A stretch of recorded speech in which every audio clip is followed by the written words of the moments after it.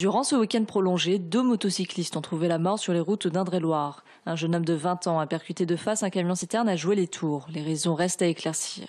Le conducteur du poids lourd avait un taux d'alcoolémie positif et se trouve actuellement en détention provisoire.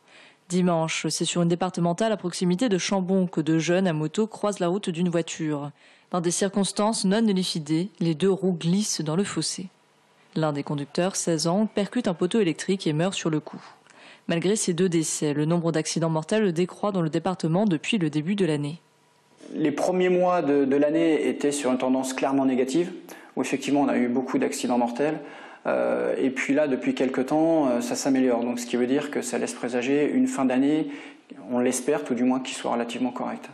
Dans le département, les environs de Loches et la corde de Descartes sont particulièrement accidentogènes. Constat similaire dans le Loir-et-Cher. L'année 2015 a été particulièrement peu meurtrière. 2016 l'est un peu plus, mais d'autres indicateurs sont encourageants.